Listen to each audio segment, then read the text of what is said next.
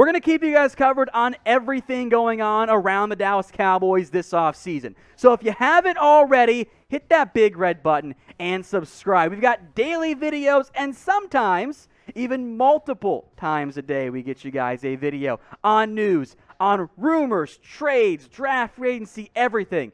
If you want to stay updated, join us today at the Dallas Cowboys Report. It's youtube.com/Cowboys TV.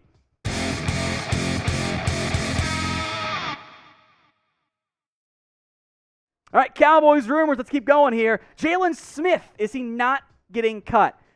3 stars on this one, and I almost gave it 4, but we'll see exactly in a couple of weeks, right? Clarence Hill says the Cowboys don't plan on cutting Smith, and that is currently not an option on the table. Maybe it could change. Maybe it doesn't. The Cowboys think he's better than what myself and many of you have claimed about Jaylon Smith in the past. And he'll be better under Dan Quinn. And Steven and Jerry love this guy after all because they paid him early and he's a great story and all that. And the tackle numbers are awesome. But don't look at all the missed run fits that have happened and the coverage issues and all that kind of stuff. The Cowboys could have saved a pretty significant amount of money by making Jaylon Smith a post-June 1st cut. We will know for certain what their plans are on the 5th day of the new league year, coming up on March 21st, when Jaylon Smith's base salary, $7.2 million, fully guarantees. If they were to make Jaylon a post-June 1st cut, they'd be able to save $7.2 million, the same exact amount, by doing so. I don't know exactly what the Cowboys' plans are at linebacker. I guess we'll see. But if Dan Quinn gave an endorsement of Jaylon Smith, then, Jaylon gets to stay for sure. So what do you want to do with Jaylon Smith in 2021?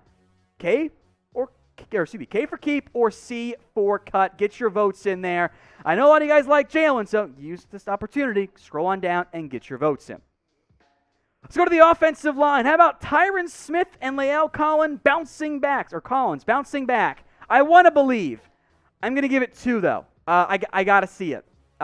Maybe that makes me Debbie Downey all over again, but I got to see it first. So first with Tyron, right? Missed most of this year and really almost all of this past year with a neck injury. Per Jane Slater, the rehab's going well. Okay, cool, awesome. We are not quite into best shape of life season, but that's coming soon. If you wanted to dump Tyron Smith, you could save $10.5 million if you made him a post-June 1st cut. As for La'el Collins, who missed the entire season last year due to hip injury and allegedly wasn't in shape, he has been working out with offseason position coach Duke Manyweather, one of the good offensive line coaches. So I like to hear all of that. It's what I want to hear.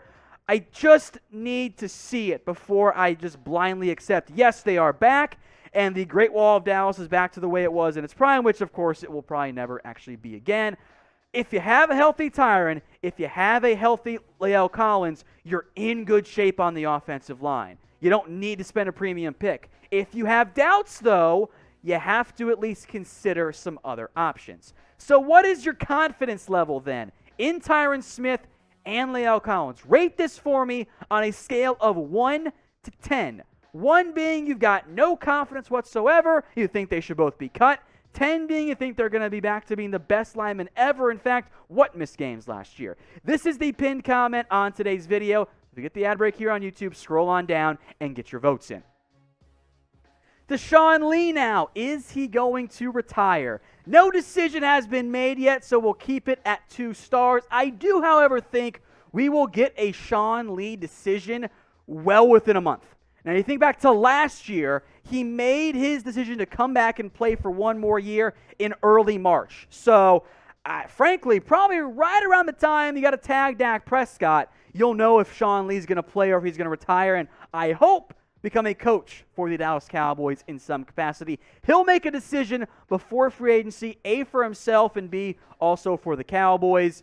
You can find a spot for him on this coaching staff fairly easily if that's the route you wanted to go. If you don't have Sean Lee back in any capacity, it's a big loss from a leadership and football knowledge perspective. Yes, the body has really failed Sean Lee, and if he just could have stayed healthy for his entire career, we'd be talking about him in the same way we talk about Luke Kuechly. They're the same guy. One of them just stayed healthier in his prime, and that was Luke Kuechly. So what do you want Sean Lee to do this upcoming season? Type P for play or type in C for coach. Get your votes in. Let me know what you guys think. I want him to coach. If it's this year, cool. Sign me up. Let's talk about the GOAT. Not Tom Brady, but the greatest long snapper ever, L.P. Ladouceur. Is he going to return? 3 stars on this from the report from Calvin Watkins as he plans on it. I gave it 3 stars as opposed to 4 because even though I assume the Cowboys will bring him back on a 1-year deal worth like $1 million, what happens when we assume? Exactly, right? So I gave it 3 stars for now. He is still one of the best long snappers in the NFL, and as far as I'm concerned, as long as LP wants to keep playing, even as he turns 40 later on in March, he's got a spot for me. The guy doesn't make mistakes. There's no bad snaps, and he's still fine on coverages, so I don't have any issues letting LP continue to play as a member of the Cowboys until he inevitably says, you know what, I'm done. I'm going to call it a career, and it's been a fantastic career, by the way, overall, so I'm down to bring him back. On today's show, make sure you guys are subscribed because a lot of you guys aren't. We know that like 50% of you guys watch the show yet aren't subbed. It's really weird. You guys keep coming back and yet don't subscribe. I don't get it, but hey, you can change that right now. Hit that big red button. It's youtube.com/CowboysTV so you don't miss any of the videos we do for you guys here at Chat Sports. How about the Cowboys now going on Hard Knocks? Interesting. 2 stars on this one here. If Jerry wants it, it's going to happen. I wonder if Jerry wants it, though. I am under the impression / theory / kind of assumption. The NFL has a standing offer, along with HBO. If the Cowboys ever want to be on Hard Knocks, they are on. Which, kind of duh, right? Now, you're able to avoid the mandating of going on Hard Knocks if you have a first-year head coach, if you have a playoff berth the past 2 seasons, or if you're on Hard Knocks in the past 10 years. The Cowboys, they don't fit any of those requirements. So technically, the NFL could force the Cowboys on if they wanted to. I don't know if Jerry would ever allow himself to be forced because they want to make sure that it's a team that is willing to be on it because that makes for better TV anyway. So do you guys want the Cowboys on Hard Knocks this year? Simple yes or no question. Why for yes you do, and for no you don't. Producer Brett does because he loves the drama and loves seeing more Cowboys stuff. I'm not as sold because I think it might be a bit of a distraction, and I don't want more Jerry World distractions than what the Cowboys already deal with. But get your votes in here. Why for yes and for no do you want the Cowboys on Hard Knocks? All right, let's go to this one. Don't use the nickel defense. Here we are in 2021. Ladies and gentlemen, for the first time ever, I present to you the Boomer take of the day. I don't understand this one at all. Allow me to try to explain. So the Cowboys website with Vicky Spagnola and Everson Walls, who was once a great cornerback, they don't like the nickel defense and said it never worked, and they don't want to see nickel defense ever on first down.